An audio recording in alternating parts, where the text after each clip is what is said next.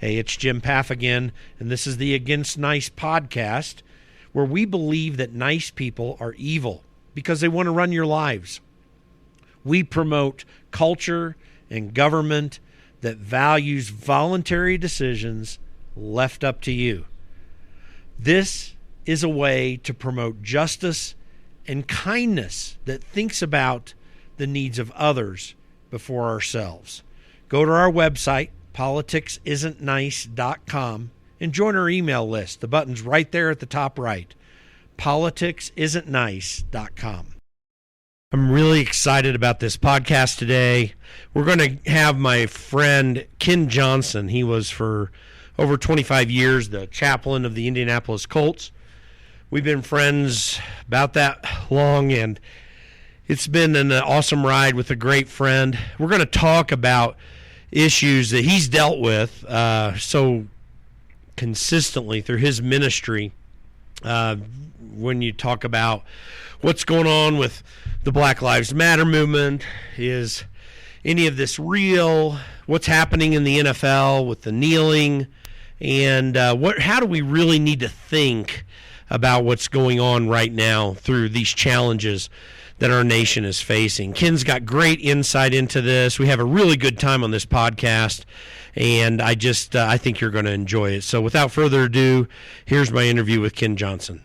Folks, I'm really excited about this podcast today because I got my friend Ken Johnson on the line. We've been friends for a lot of years. Lot of years, man. I don't even want to say how many, but more than a couple decades. I just got to say that. But Ken's a great friend. He's been a real encouragement to me. He's been an encouragement to many, many people.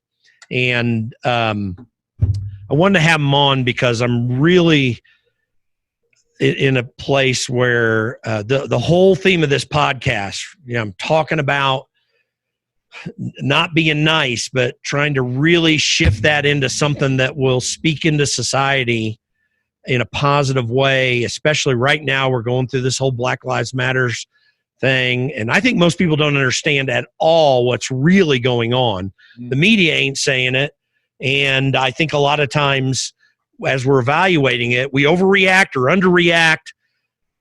Ken has been working in this area, particularly when it comes to the whole kneeling issue in the NFL. Ken, just to let y'all know, Ken is a former chaplain for the Indianapolis Colts. I think 20 years exactly. Oh, 30. 30 years. Okay, gotcha. 30 years. That's one of the things they gave me. My other 30-year thing is in my office in my church. That's awesome. Well, 30 seasons, bro. 30 seasons. That's crazy. It seemed like yesterday, but 30 seasons. It does. I can remember. It was just like yesterday. You ended up coming to the church I was going to in Indianapolis and got to know you and became friends. And it does seem almost like yesterday. It seems like, it was just a little bit ago, just a few years ago. It was a long time ago.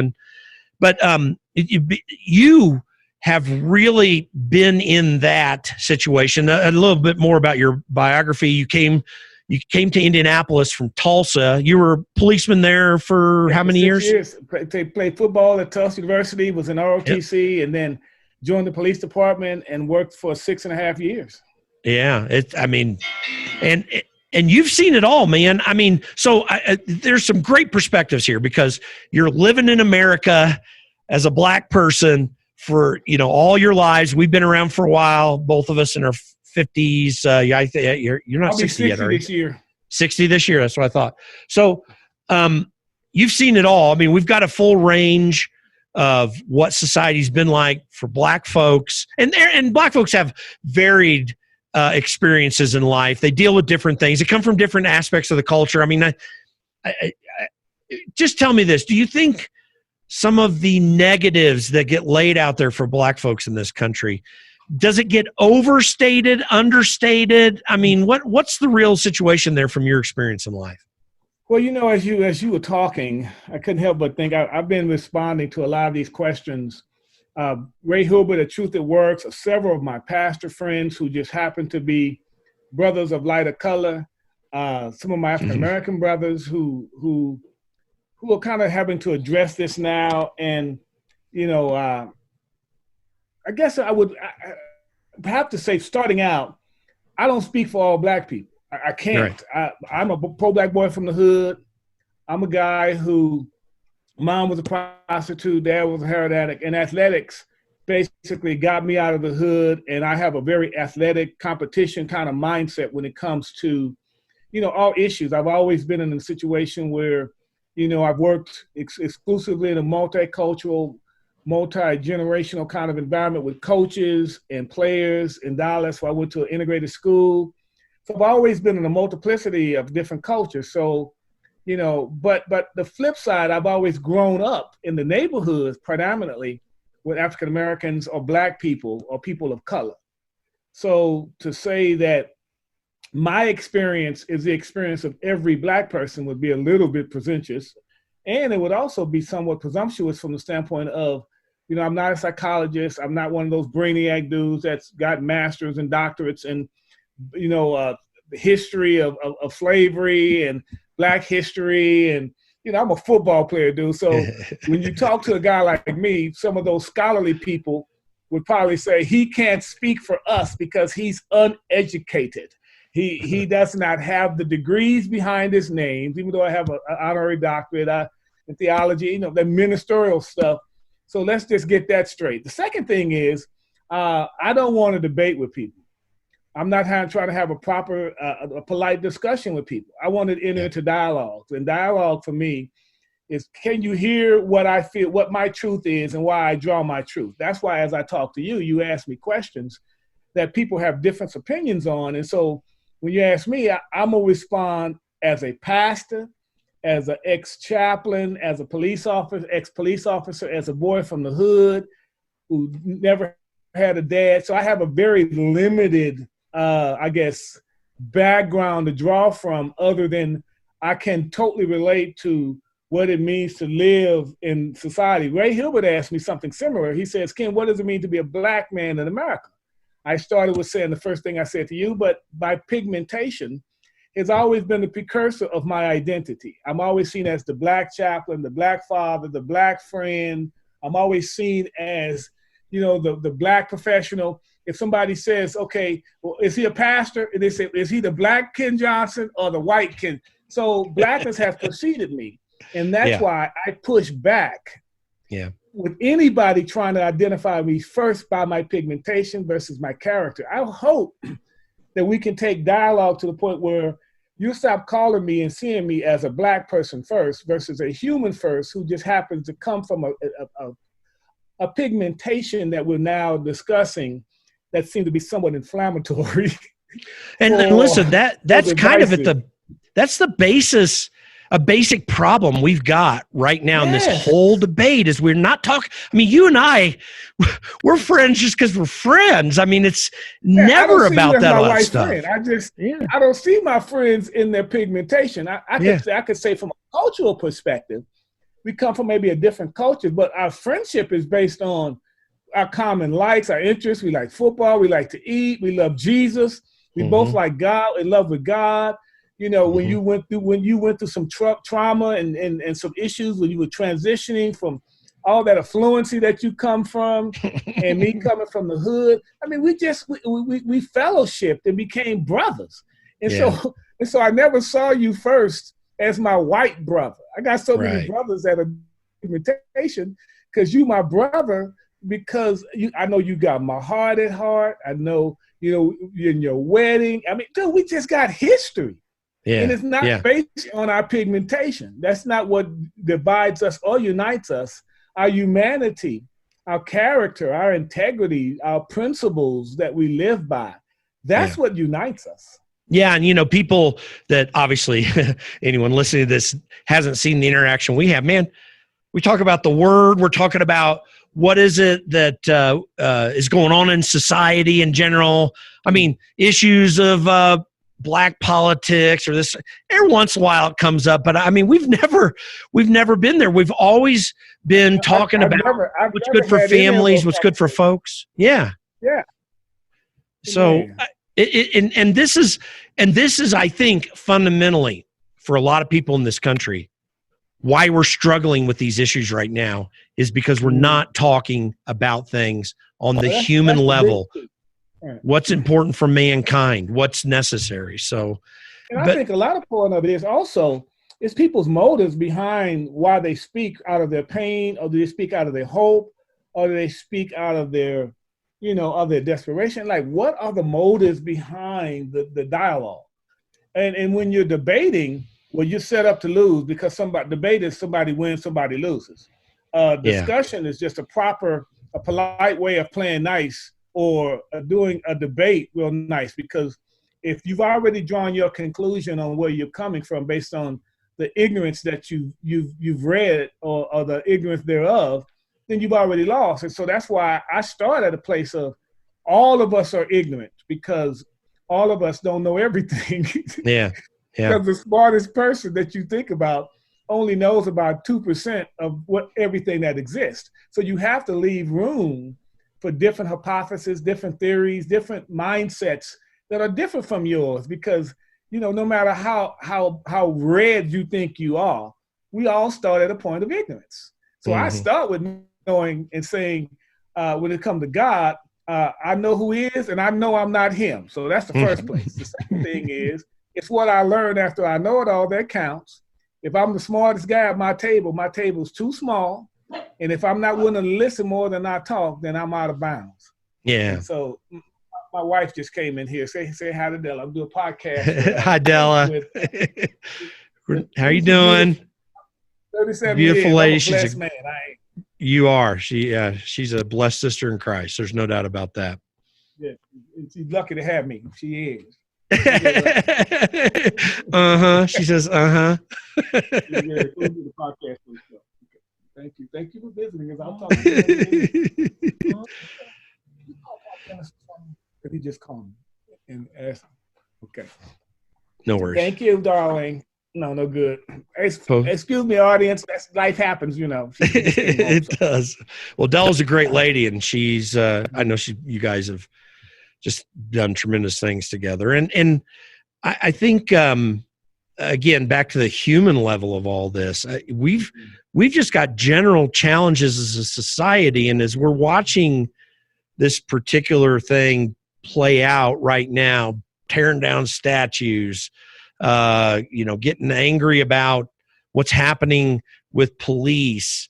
I do want to ask, because do we have a problem with race in this country? I mean, not in the sense of racism and white supremacy. I mean, maybe we'll talk about some of that stuff. But I'm saying, is that a problem in a real broad sense in this country right now, in your opinion? In the level of 1 to 10, based on what I see as the biggest problems facing America, racism is not at the top of my list. Yeah. It's an issue that I know exists, because racism has always and will always exist to a certain extent. Yeah. Because of prejudgment. And so that's all racism is, inflammatory prejudgment. We have these notions and conclusions based on the information that we have. And so to this point of, what most people they ask me, what do I think about the Black Lives Matter movement? And so for me, I go back to my humanity and not trying to be identified with Black first. And my response is that all lives matter. And so the pushback from all lives matter is this place of, you sent me a video that really depicts that we don't talk about all the millions of Black babies that have been murdered. We're real slow to talk about all the hundreds of thousands of our children in the streets and gangs that are killing one another at record numbers. The number of officers that unfairly and unjustly are murdered and killed in response to some type of actions that we feel, because one person did something negative, all the rest of them are linked into the same category. We don't talk about all the rapes and molestations of all the sex traffickers who traffic people of color, and that the lives that they have. We don't talk about the lives that were sacrificed for the freedoms that we take for granted by all my white brothers and sisters in the abolition movement and the movements of slavery and the Underground Railroad and all these places that many people laid their lives. We don't talk about the lives that were sacrificed in the protest in the 60s and and the whites that really laid their lives on the line, that why don't those lives matter? We talk about the kneeling and the injustice of the kneel, but we forget to talk about that together we stand and divided we fall. Yes, the national anthem and some of the history behind the origin of it is somewhat explosive and divisive. But we forget to talk about the hundreds of thousands of people whose lives were sacrificed for the sake of freedom. Yeah. And that we take for granted. And so if we're going to talk about the lives that are sacrificed because of pain and oppression, well, we just can't stop with one distinct group of individuals be singing out to be more superior or their issues more prevalent, because that's going to be the issue, because it's hypocrisy to me, because I'm not going to lie. If anybody would run around here saying white lives matter, I would say too, also as well, but not Absolutely. just that. Like, so I'm not going to be a hypocrite. Yeah. And then when I study the movement behind anything, it's a political movement, more so started by a population of people that I think have an agenda to profit off of pain, and they pimp pain. And as a Black man, I see the hypocrisy in you doing the very thing you don't want done to you. And so now it's like, okay, who's going to stand up and say, and when I do, I'm called an Uncle Tom, I'm called a sellout, I'm called a white boy, all these things. But what you won't call me is not true, and not brother who's trying to be judged by the color, not by the color of his skin, but by the content of his character, that I want to be seen. So my lives matter because I'm a human. I'm a human first, not a Black human. And I won't let anybody, even Black Lives Matter, reduce me to my pigmentation. So I push back all the time because my pigmentation, if that's what you see me first as, now you will follow all the suits of what they say we are. And we're a lot more than what we've been tried to be classified with. So that's an abbreviated version of my truth, of my pain. I get pain. I've been stopped while driving while Black. I've been stopped while driving while Black as a police officer. I've been in the military where they say we got the color is green, and I've been in the police department, they say the color is blue. But in those same institutions, they say, but there's a dark green and a light green and a dark blue and a light blue line. Racism has found its way into everything. It happens in athletics. Yeah. It happens in hiring and firing. And so the systematic piece that we're talking about now is real, to the point where you say, is it a problem? It's a real reality. But so are some of those other issues that I named about incarceration. Those lives matter. It's a lot of other things that matter also. Yeah, you and I have had some discussions through this recent process. I mean, I've got a lot of guys that are friends, have made Black folks, and for years, like yourself, you hear stories about stupid stuff that takes place in their lives based on skin colors, mostly, I would say, sometimes just stupidity in the police force. Are folks really feeling this on a regular basis, or is this a spotty problem? Is this regular? It's reality, particularly in some of the just whatever law enforcement and people interact. Historically, you know, the first law enforcement individuals in America were individuals who were enforced to bring slaves back from that were escaping from plantations. And so traditionally, the interaction of how police are seen in our community as not supporters, but suppressors, that's real. That's a real reality.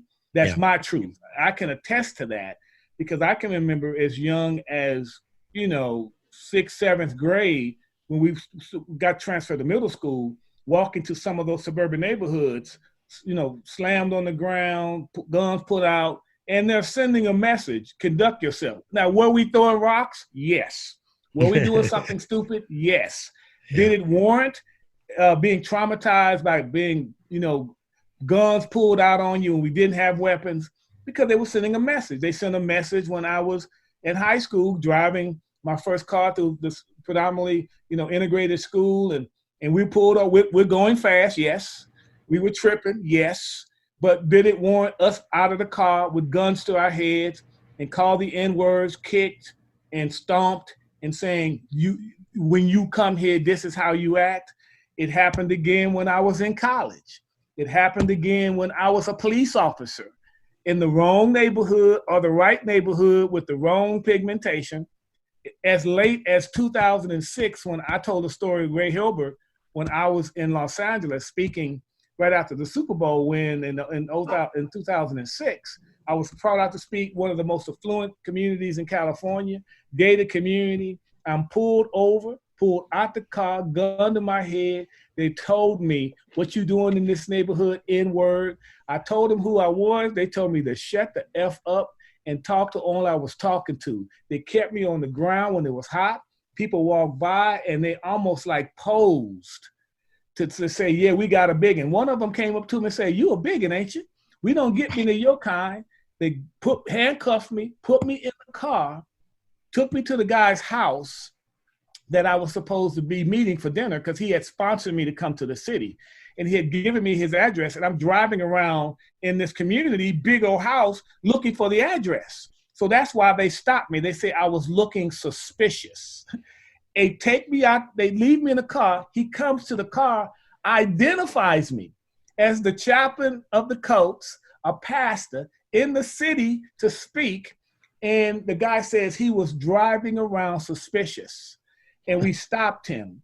And the police officer says, we just can't be too careful. To that, the individual responded, you're right, we can't. He did not say, are you okay? My shirt is dirty from on the ground. I have white jeans on. I have my Colts blue and white shoes on. The officer didn't say, I'm sorry. He didn't say, I apologize. He said, he took me back to my car, gave me back my driver's license, and looked at me and told me to have a good day. I had to drive to the house of the people in this real affluent neighborhood and put on the dog and pony show. I had to talk.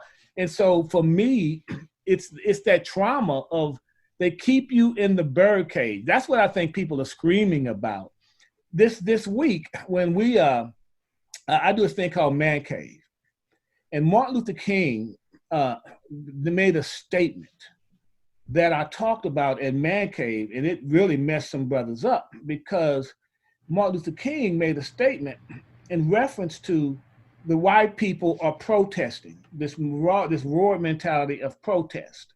Let me find the statement that he made so I won't misquote it. I was talking about this aspect of humiliation leads to being humble. And if we are humiliated sometime, it will humble us to know to really kind of search after the things of God and not the things of man. Yeah. And so Martin Luther King made a statement. Let me find it because I should have had it ready, but I didn't even think about what I was going to do it because I don't want to misquote it. Let me find it in my stuff here because it's a real pertinent point that I wanted to make in reference to how we've come to these conclusions. Here we go. He says, 300 years of humiliation, abuse, and this aspect of deprivation, this depression, we can't expect to basically have our voices found and responding in a whisper. When a person is deprived, the basic necessities of what it takes to work within humanity. When one system has been hearted over another system to control them, to stay within these boundaries of restrictions that they feel that if you leave them, you make us uncomfortable. And so people are yelling and screaming back. So it's a book called White Fragility that my daughter had me read about she said, Dad, you have been conditioned to stay in the bird cage. I said, you tripping. I'm a free black man. I've accomplished some wonderful things. She said, but you still in the bird cage. Case in point, where she got it from, when we drove up to an ATM machine, I wouldn't get out the ATM machine if a white woman was standing out there because I didn't want to make her feel uncomfortable. And my daughter said, why you do that? I said, because if I got out the car, watch what happens. So I've learned it happens so long, so I stay in the car. She says, Dad, that's a classic example of the birdcage mentality. You drive in a certain neighborhood. When I started my church in Carmel, I got stopped at least about 5 times. Every time I drove a different car going to Carmel, I got stopped for tag infraction, for taillight being improper signal, for going 5 miles over. So this is not somebody telling me what happened. This happens to me. So you learn when they pull you over, have your hand where they can see it. Don't make no sudden moves. I still have my police badge and I still have my sheriff badge as a chaplain. And so I always have them very visible when I pulled over. But I still get that state of panic. I still get that stay in your place. I'm still very much conditioned to not to make people, particularly people, feel uncomfortable. And now I'm breaking out of that cage. I'm saying I'm done with the dog and pony show. When you show up to survive, it's a different mentality to thrive. And so we've been taught we have to tell our children and the talk. And Ray and I talked about the talk. And the talk is when you leave the house, you're stopped. This is how you conduct yourself as a young black man. You don't talk back. They're not your friend. You keep your hands visible. It's yes or no. So no mouthing off, nothing. Whatever he tells you to do. If he tells you to get out the car and lick the ground, you say, yes, sir. You survive and come home. And when you have a survival mentality like me at 60, it's different when you grow up in the restrictions of you belong a certain place. And so Christ breaks you out of those. But so to the point of, is there an issue? Absolutely. It is an issue. It is a duplicit mentality, because when I ask my white brothers, what does it mean to be a white man in America? Not many of them have to answer like I answer. Not many of them have to say, well, is it curly hair? Is it Afro puff? Is it chitlins, greens, black eyed peas, fried chicken? Is it rap, rock? Is it gospel music? Is it, hey, Jesus, hallelujah, glory to God? Is it hooping? Is it like, what is black? And somebody says, like pornography. You can't define it, but you know it when you see it, kind of thing. So I kind of push back saying, well, it's more than a state. It's a point of, is it colored? Is it African American? What do we say? What's politically correct? What's going to be offensive? It's a conglomerate. My white brothers say, I never really had to define that. I never really had to kind of think about it in that context. Then I also ask them, I say, well, when you hear things like, privileged and I didn't grow up around a lot of black people, and I feel bad about that. I'm thinking, why you feel bad for why God started you out? And you know better, do better now. But then don't apologize for where you come from. Be grateful for that. Thank God that you had a beginning, and now you just got a continuance with new people and new experiences, and don't let where you've been thwart or deter you or make you feel guilty that where you come from. So just be proud of that, be happy of that, and be open to listen and learn. And so this piece of depravity, this depression mentality is what they pushing, and people are pushing back, because none of us want to be depraved. None of us want to be humiliated, but we use the humiliation in the midst of humbling ourselves to let me know I'm no better, no worse than anyone else.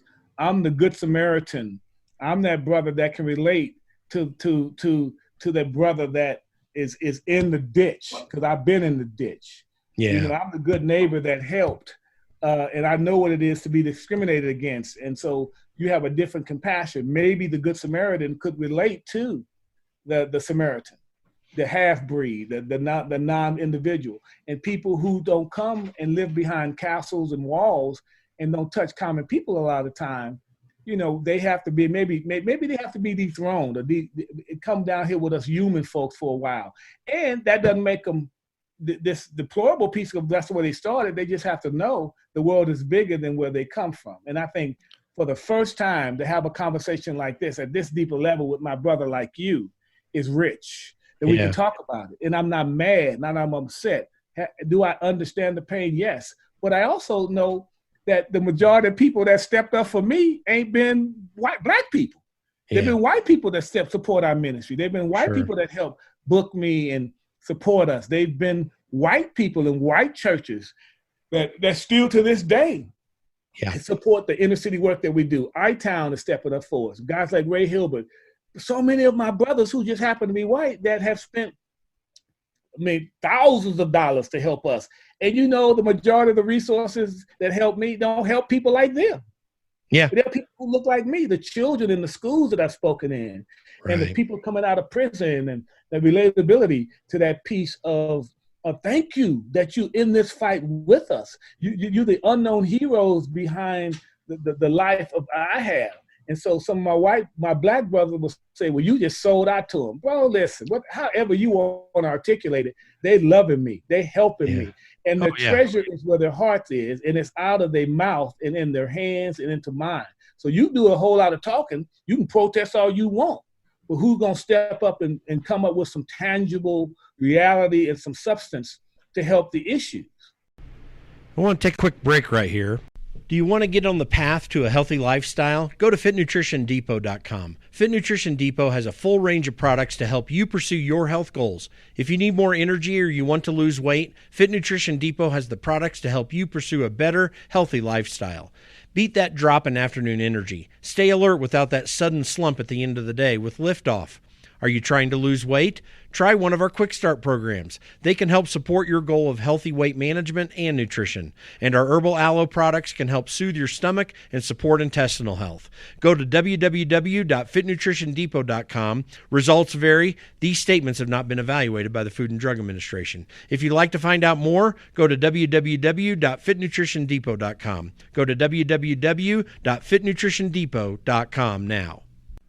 I want to take just a brief moment here to ask you to sign up for our email list. We want to hear from you. We want to give you the information that is going to be helpful as we work through these situations, particularly as it relates to this podcast, but to others as well. There's great information that you can get a hold of. Go to politicsisn'tnice.com. Also follow us on Facebook at facebook.com/againstnice. And you can check us out on Twitter at Against Nice. Please go connect with us there. We'd love to get this information to you. There'll be more than what we just discussed on this podcast, and we hope that you'll take advantage of this information. Yeah, and I want to talk a little, get to kind of this taking a knee thing in the NFL, because I think people need to understand that. Before I get to that, a lot of people don't understand these chaplains of these NFL teams. You guys aren't just on the sideline on Sunday morning or doing something Sunday night leading up to the game type stuff. There's a lot going on, and I've seen this with you. Your ministry has really affected a lot of young people in particular in seriously problematic situations.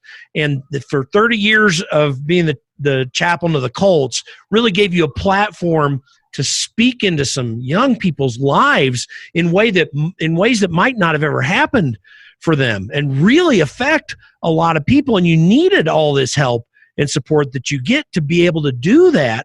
And it's been a tremendous and transformative for so many young people. We went to a church together in Indianapolis that was really an inner city church. Yeah, we always, you might remember, a lot of black folks that call it a white church and white folks that call it a black church, and it's like, no, it was just a church that was taking care of kids in inner city Indianapolis that were really in serious situations. You've been doing that so long and to such great effect. I think people don't understand that about these chaplains that are of these NFL teams. And I've been specifically in cross-cultural ministry for 35 plus years. Yeah. And so this is not a new argument, new discussion for me.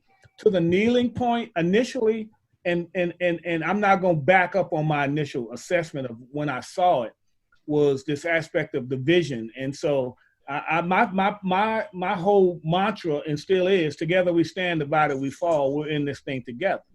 And I saw it as divisive versus unifying. And so what I loved was when I saw Seattle linking arms, and they started linking arms together in a sign of solidarity against it. And so the attention that was brought because of the kneeling became politicized and got associated with the flag.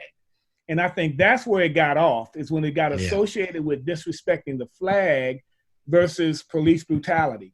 What on the back end, with the kneeling being associated now with what Colin Kaepernick did, Colin Kaepernick didn't kneel because of the oppression. Colin Kaepernick kneeled to bring attention that he had issue with what was going on. And so now it's been metaphorically connected together. But initially, I saw it as divisive, and I'm not about anything that divisive because, controversy leads and people lead with pain, and it accomplished its goal. It brought attention, and I think that's what people do. They galvanize the attention of the negative to exploit. Not many people saw the unification things that were going on in the NFL at the time. They didn't see us kneeling and praying after every game. You never saw any of that, kneeling and praying together as different teams. We were doing that. Reggie White started it decades ago. And so brothers kneel before the game and pray. Yeah. And most of the game. And so now, because now you can't kneel before the game because now it's been associated with something negative. And I'm thinking that's the same thing with going on with all the monuments destruction, my wife and I, and I'm going to get some major pushback for a lot of this, but this is my truth. Yeah. I'm like, when does it stop? Like, stop. Let people, if people want to spend money and their resources to celebrate what they think is important, let them do it. Because what's next, right? The Martin Luther King monument. Oh, yeah. The 10 Commandments have already been banned. Yeah. So listen, bro, it's not going, and it's already started. The Washington Redskins, now, if it's not, so if somebody got an issue with what you're doing, they can make some noise, create some controversy, and what was a positive can now be switched to a negative. And now that's all we're responding to is trying to be politically correct. And I'm trying to push back by trying to continually being controlled by fear of what you gonna think about what I say. My God. Oh, they're tearing down stinking Frederick Douglass statues. I think the most... It's not going to stop, bro. No, it's not. And listen, what the amazing thing about that is that I think Frederick Douglass, if you really study him closely, what you find out is he spoke in the most clear and frankly, we haven't had as clear a voice since about what the real issues were. The great thing about Frederick Douglass, and you can say whatever you want about the personal life of Martin Luther King, and I mean, some of that may be real or whatever, but he was still a great figure in this country that we need to honor and respect. It's real. He was a homemonger. Oh, yeah. He was it was bad. He dated the first person that he had a serious relationship with was a white woman. I mean, actions. He was chosen as the leader because he was a great orator. The brother could speak. He was very loquacious and really great with the English language. And he was the right age. He was handsome. Yeah. I mean, but all that, his peaceful approach, he got it from Gandhi, all that. But if you disqualify him on his negative, no, you can't. Tear down his side, he's next. No, and so what you find out is that those two men, what they did as they were speaking truth about what was going on is they appealed to the principles of the Declaration and the Constitution to say, let's fulfill this. And then Frederick Douglass, whose life really was good and honorable and respectable on a personal level, everything we know about it. All we've researched so far, I can't find many blemishes. I can't find the dang one, He's one of the pictures that I have painted of what I call, if I could meet 10 people in the past, he'd be right up there. Oh my gosh, he would be. And it is sad that in our society, all these great men that we should and do honor, we don't place him up there with a Washington and a Jefferson, and we need to, but what is beautiful about Frederick Douglass, I think one of the most beautiful things that he ever did was in that speech he gave, I think it was in 1875, in honor of Abraham Lincoln. He talked about all the weaknesses of Abraham Lincoln, but he also praised the man as the only man who could have gotten this done. Now, you could have taken whatever prejudices about him or things that he was short-sighted about. He talked about the fact that when it came to the true race cause, that he was slow and plodding and wouldn't move. But he said, but when it came to the things that mattered, he was swift and powerful. And he says, because he had to, as was his requirement, Lincoln had to consult with the political realities of the time and the man moved every bit. Listen, Frederick Douglass had the most clear vision of America that we need to get back into in this time as a way to get some perspective. You're the first person that I've done an interview with, had a talk with, that his name has even come up. Yeah. Most people we forget some of the patriarchs. Oh my gosh. For the cause and for justice versus oppression. You know? Right. I mean, Eugene, you got Booker T. Washington. Oh yeah. There's so many great men who spoke into this problem in our society, who had clear thinking, and no one's talking about them at this moment when they should be most talked about. And Frederick Douglass, chief among them. This should be the man that we're quoting constantly. And I'm going to tell you, the people that have, particularly Black Lives Matter, the people at the top of that organization, they're not going to talk about Frederick Douglass because they have a political motive. They're about they want to change our society. But Frederick Douglass, Booker T. Washington, I'm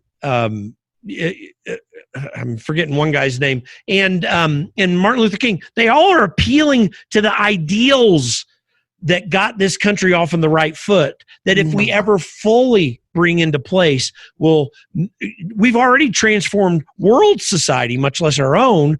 And just think of what would happen beyond that throughout the world if we ever completely fulfilled these ideals.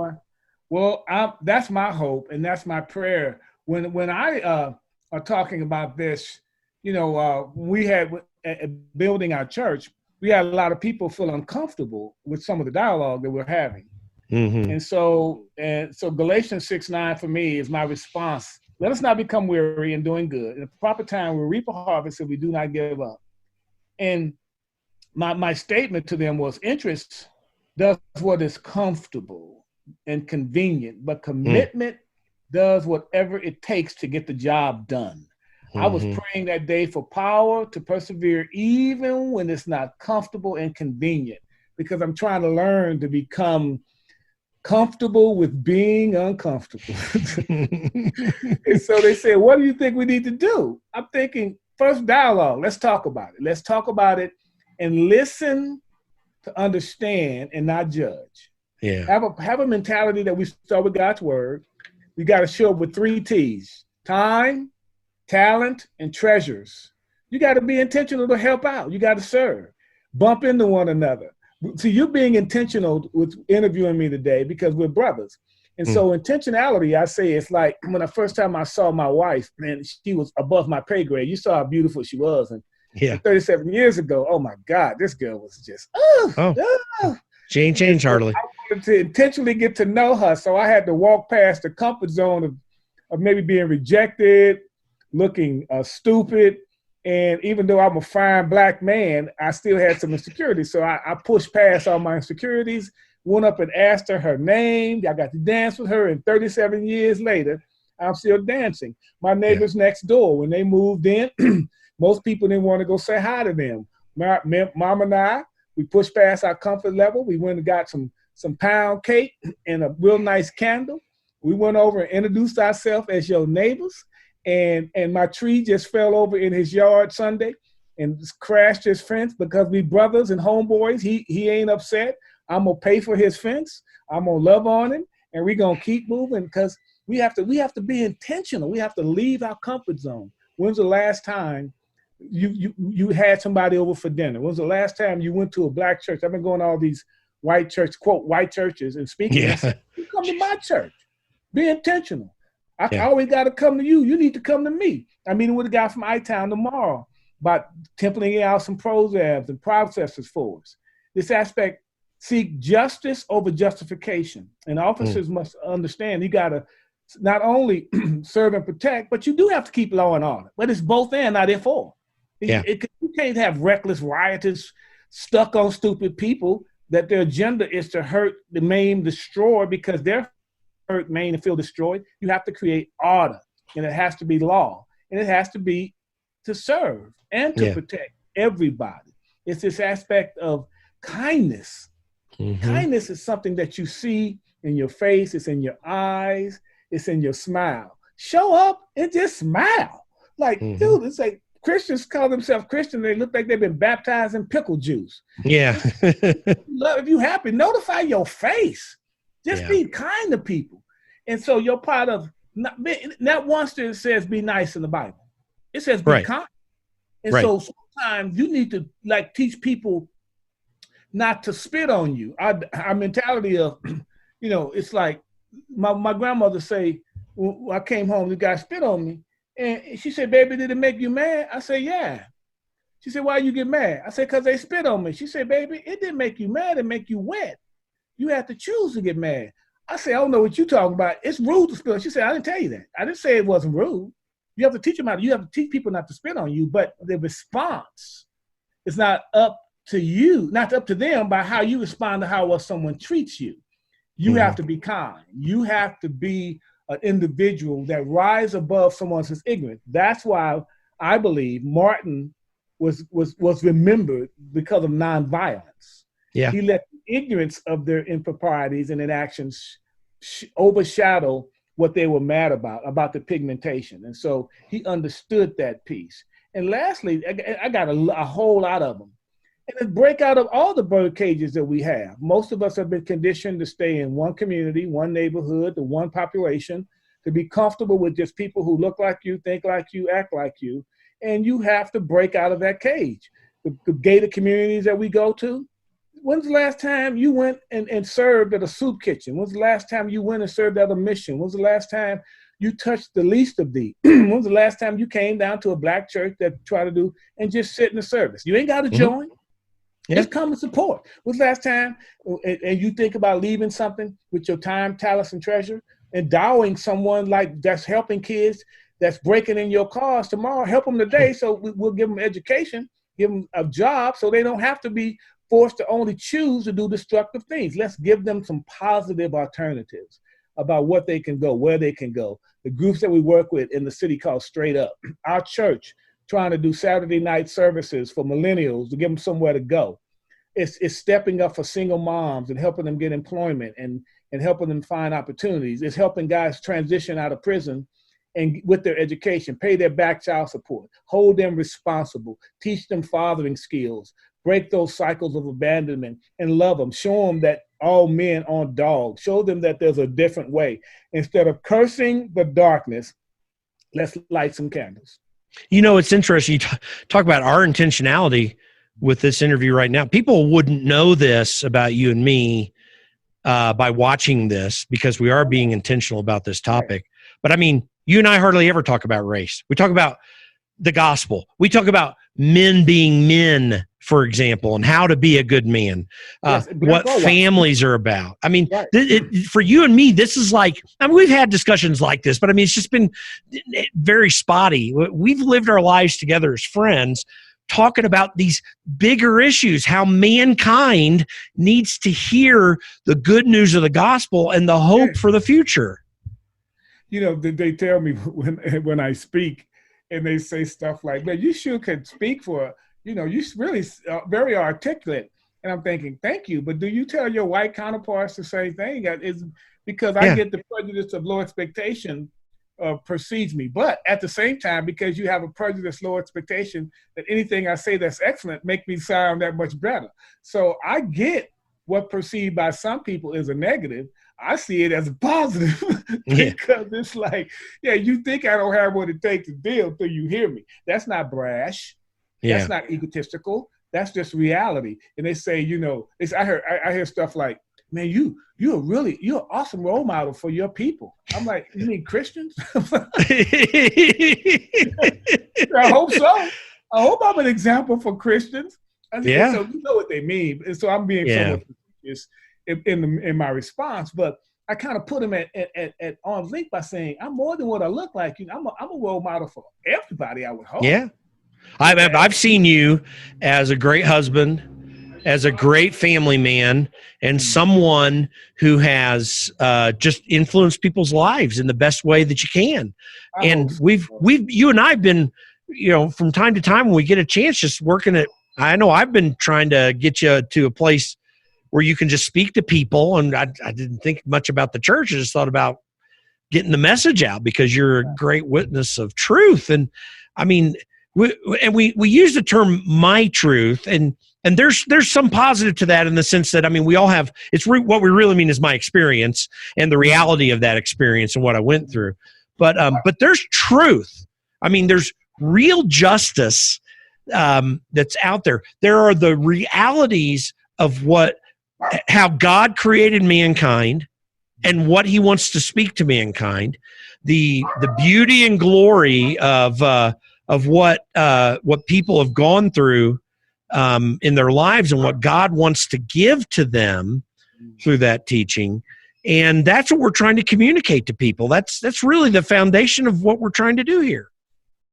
Well, I hope so, bro. And that's my, that's why I agree to do a lot of these, podcasts and a lot of interviews during this time, because there are people who really saying, some of my lighter hue brothers are really saying, Ken, what can we do? They're calling and they're serious. It's not tokenism this time. It's not a sense of, let me get the photo op and I'm done. Let me just pimp the pain like everybody else and show that I got some black friends and I'm not racist. And I'm like, okay. So because, when Promise Keepers started and did some things, and, when we had the Carolina shootings, it's always been a cycle that people saying, we got to do something until the attention is off. And then now we get back to normal. Just like 9/11. 9/11, everybody was clamoring and coming to churches and doing house prayer times. And, 3 years later, done. Now, even it's like a afterthought. And so trauma and drama always has a way to galvanize us, because the darker it get, the brighter the light shines. Yeah. But if something happens when the darkness is kind of dissipated away, and we make the issues of politicized things take away from the big issue. So now we can talk about, police brutality, but we don't need to talk about the billions of babies that are going to be murdered if we don't step up and scream about their lives. So it's kind of like bait and switch, and so this aspect with COVID going on, people been stir crazy.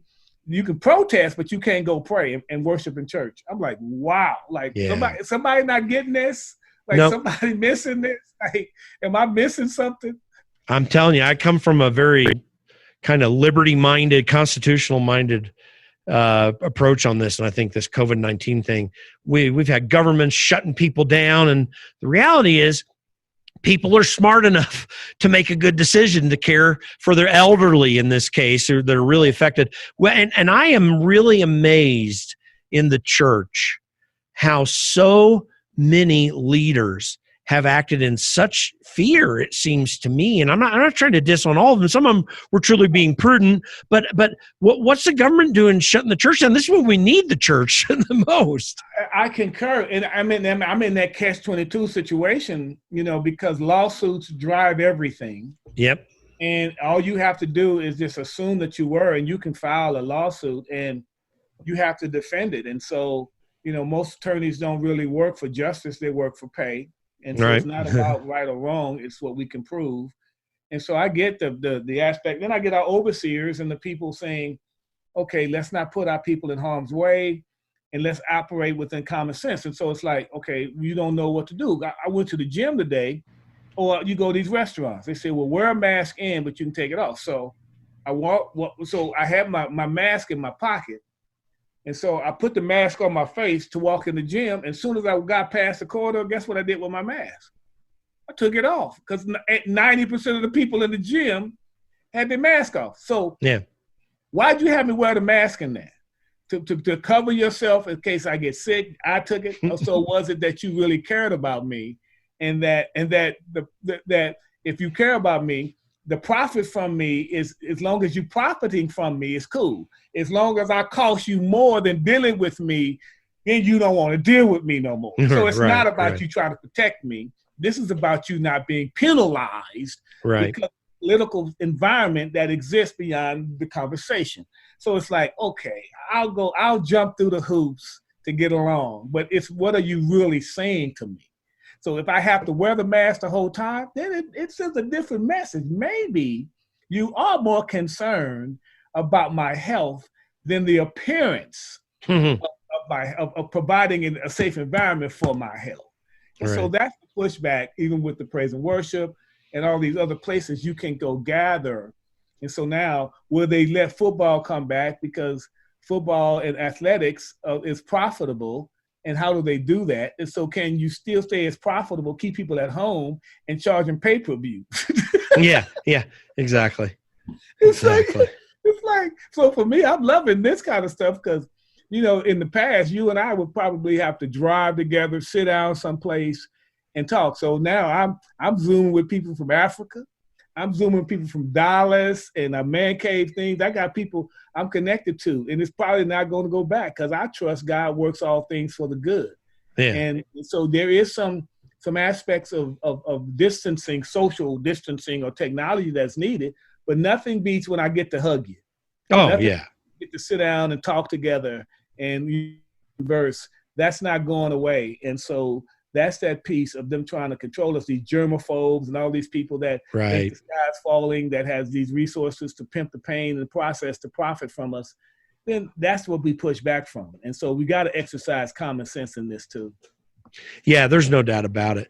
Now, when we think about these issues and how government reacts and the situations that we're in, there's a discussion. I want to shift this to a discussion related to justice because, we're talking about, I love how you said, because I keep saying this, it's like we're brilliant minds run on the same channels. I talk all the time about the fact that the Bible does not tell us to be nice, but there is, and it does tell us to be kind. But there's one other thing that Micah 6:8 tells us to do, other than to be humble before the Lord. You caught the humility piece there. It tells us to do justice. So we've got this discussion about social justice. Here we hear this thing of social justice. I find that particular concept is about me imposing something that I think is fair upon you, meaning the collective you, and you must do it right for me. But when we read scripture, when we look at just basic aspects of rationality, reason, understanding of truth, there really is a justice that's beyond something we can impose upon society for some particular purpose. There's real justice out there.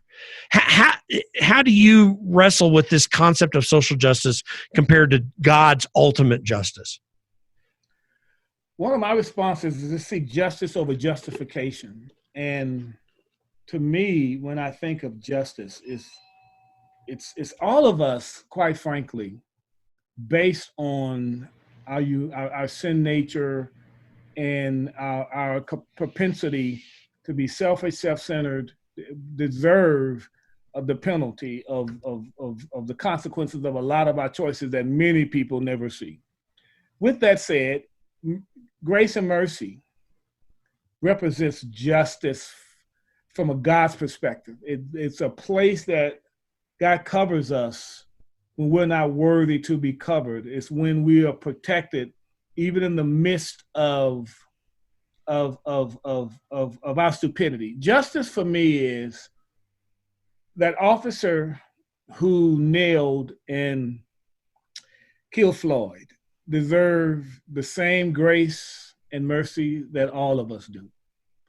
He deserves the forgiveness of God. He deserves the same blood that covers a multitude of everybody else's sin.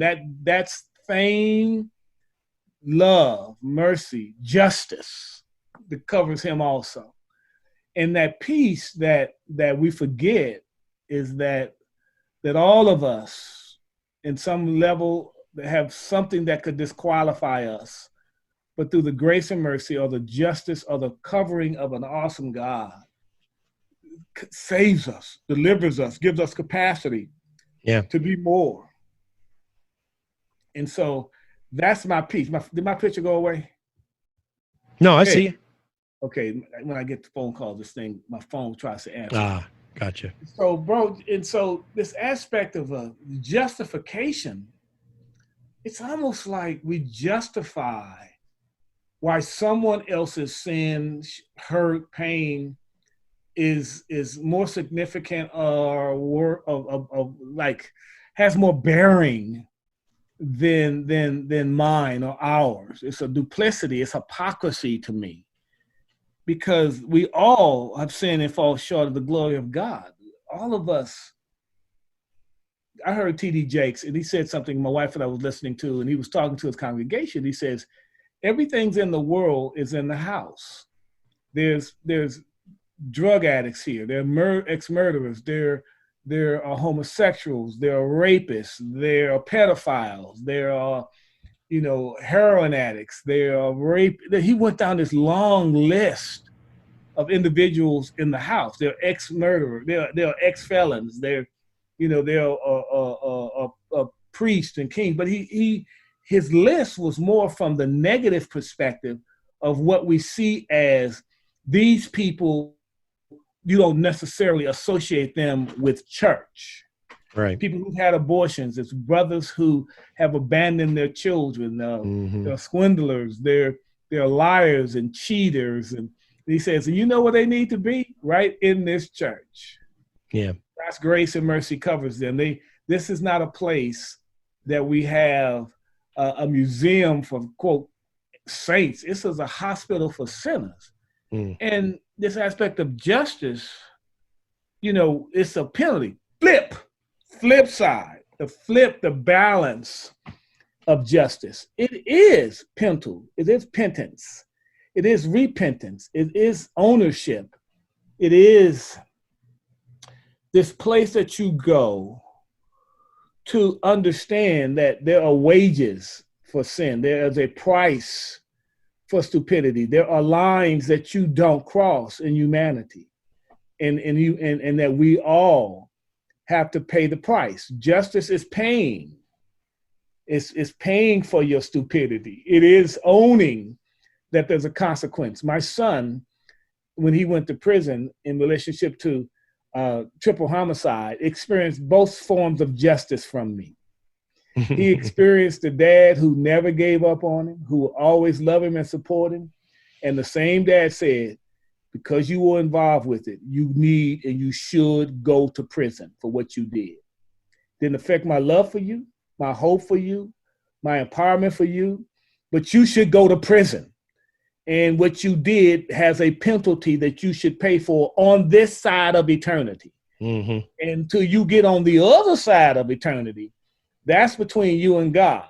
But as for men need to be taught that there are consequences for your choices that step over humanity's bound lines, guidelines, or boundary lines. And the issue is that man keep moving the damn lines.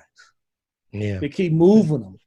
Yeah. And they apply them to certain scenarios and not other scenarios. Right. They rationalize them.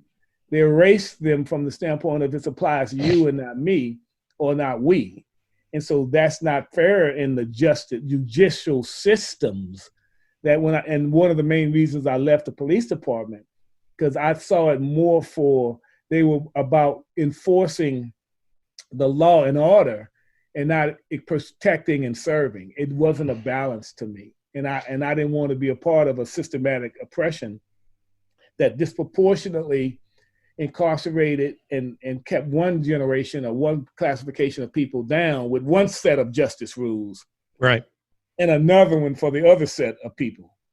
So yeah. I don't know if I articulated it from the standpoint of I think or just a dumb jock athlete dude that talking out of his heart and not in some of his head.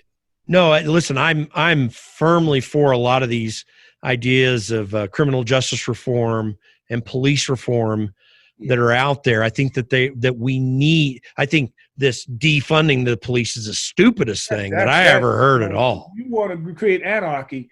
Yeah. Let demons understand they don't have consequences to their choices.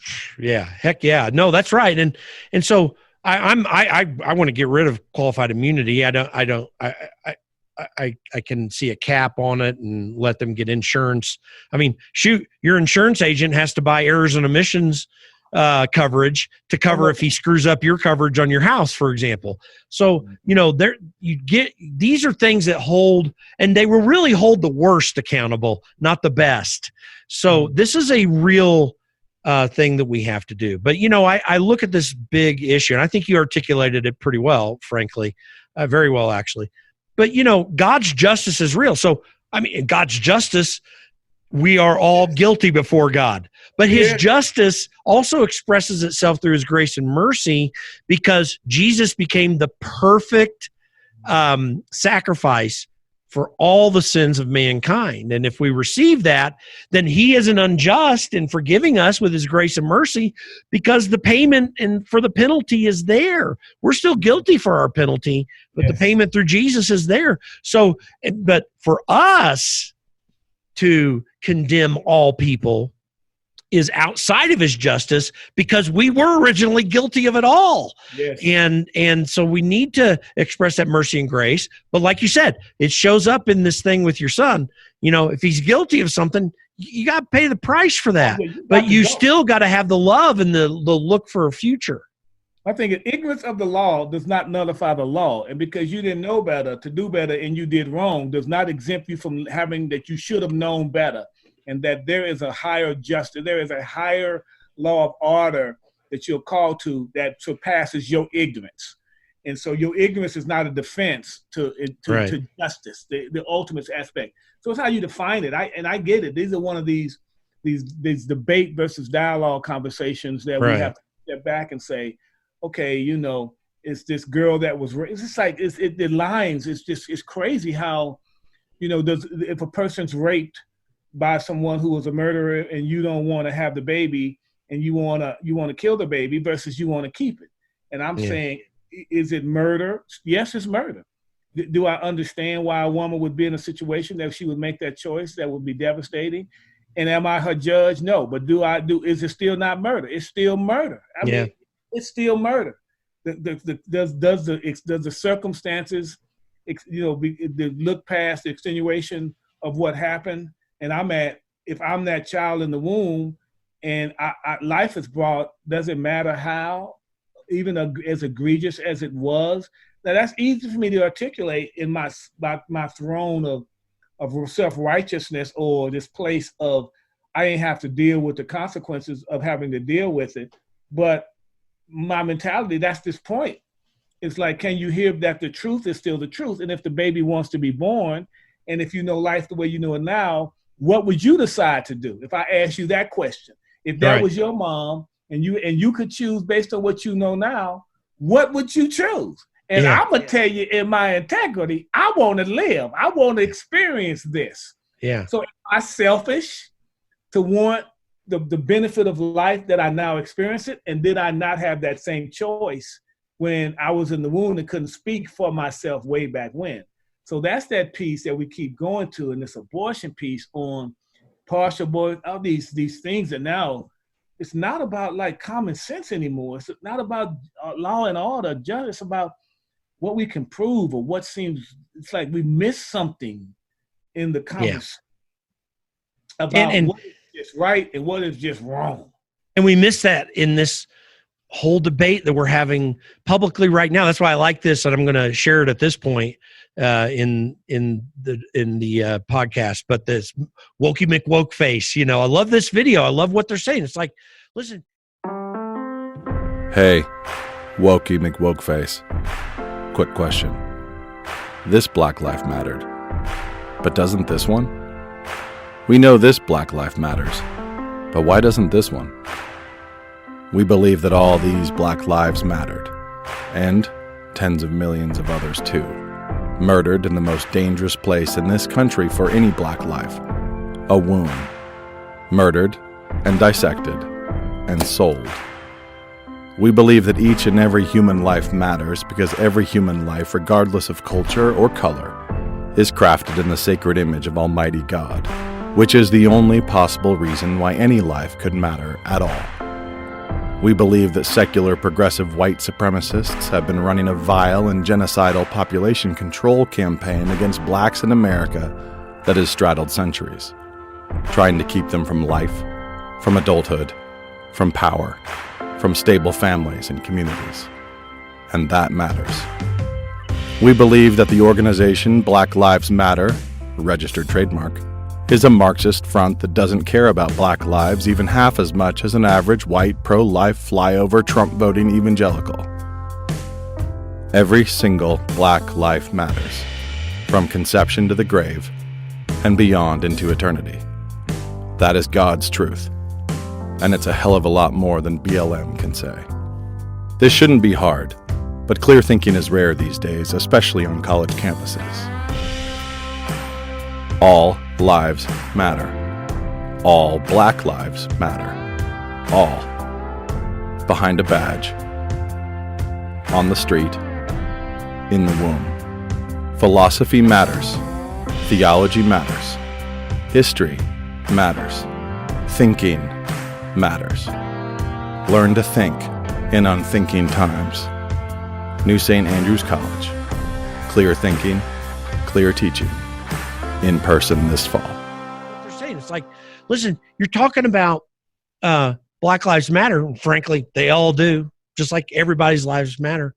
But we're forgetting that some aspects of this whole discussion here, and the unborn being mercilessly taken out of any opportunity for life, and we forget some of these things that really, really matter. Of course, we're human beings.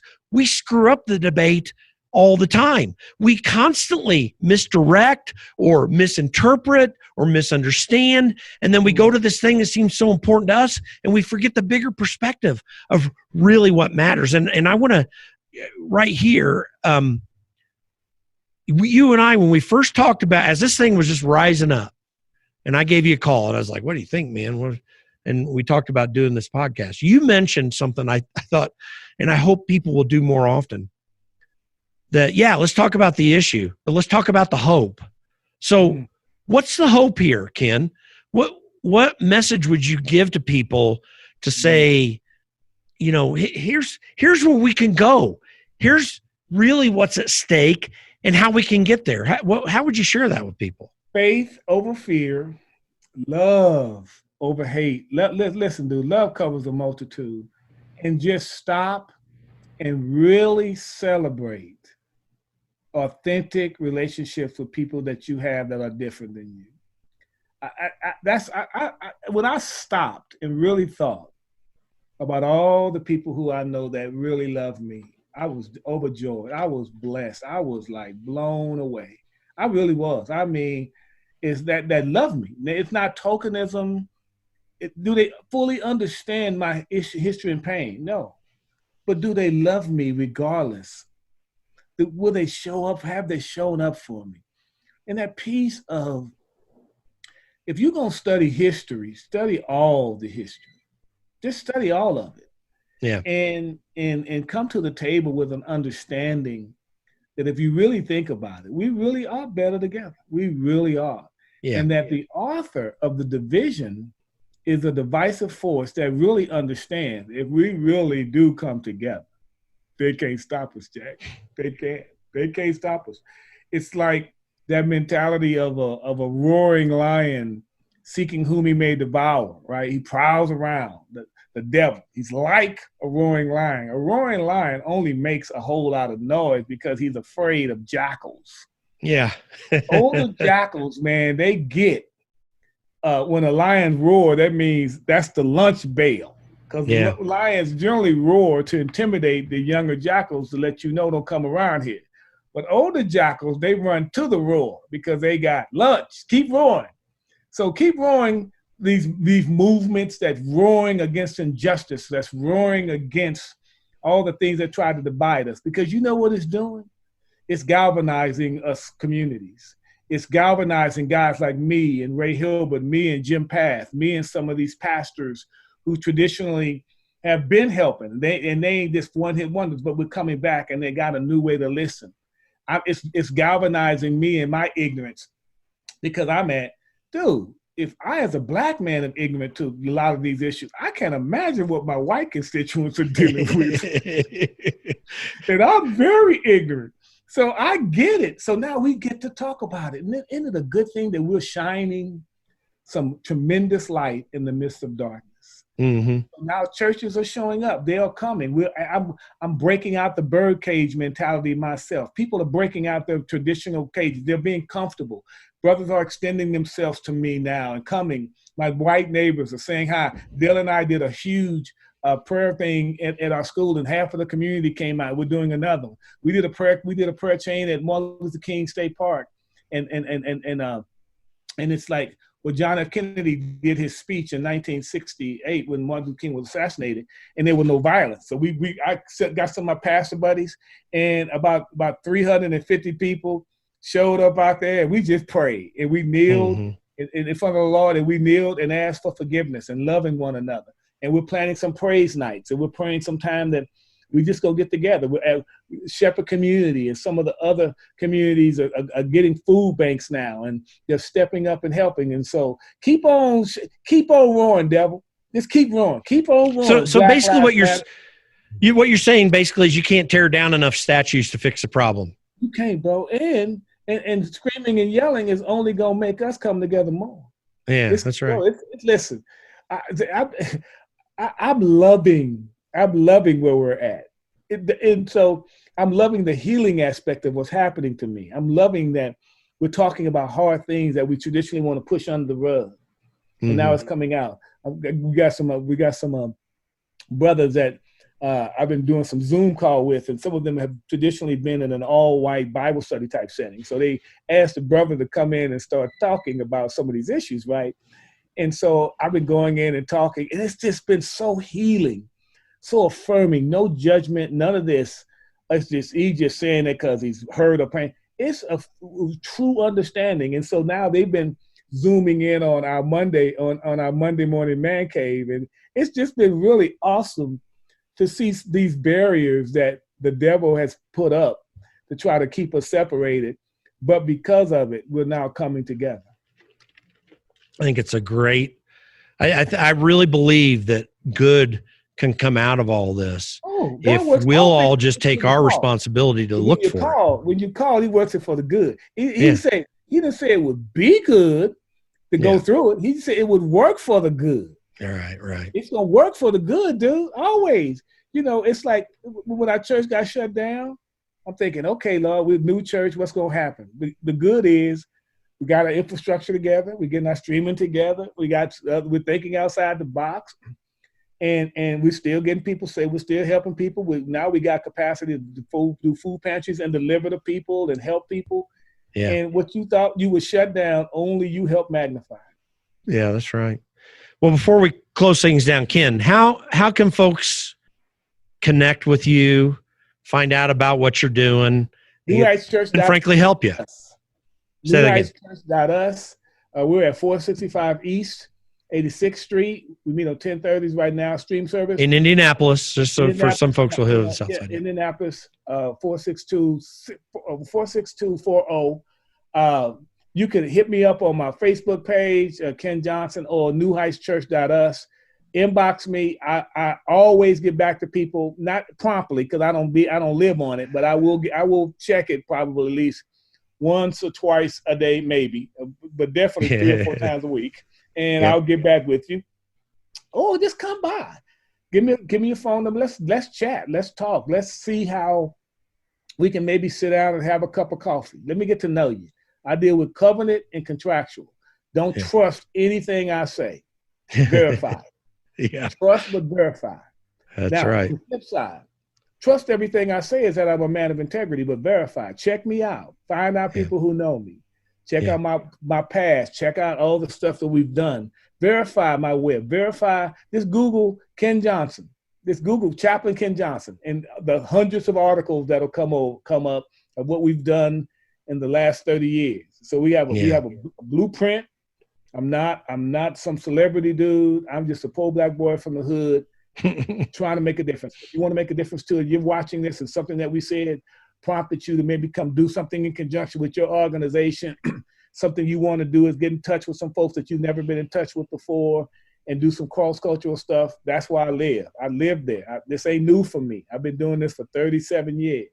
And so I want to continue to do it. So I thank you, bro, that you use these platforms. And if nothing else come out of this but just me and you going deeper in some place we've gone deeper for, then that's enough for me, bro. And if you can help somebody with this to get some understanding and wisdom from what they've gotten that they may not have gotten before, then it's all worth it, bro. No, it's totally true. And by the way, I can say, having known you, I guess about 30 years now. Gosh, I guess it's getting up there. Reality is, man, that I know you're a man of integrity. I know through everything I've been through, and I hope back your way, you've been so helpful, and that personal relationship has been valuable in my life.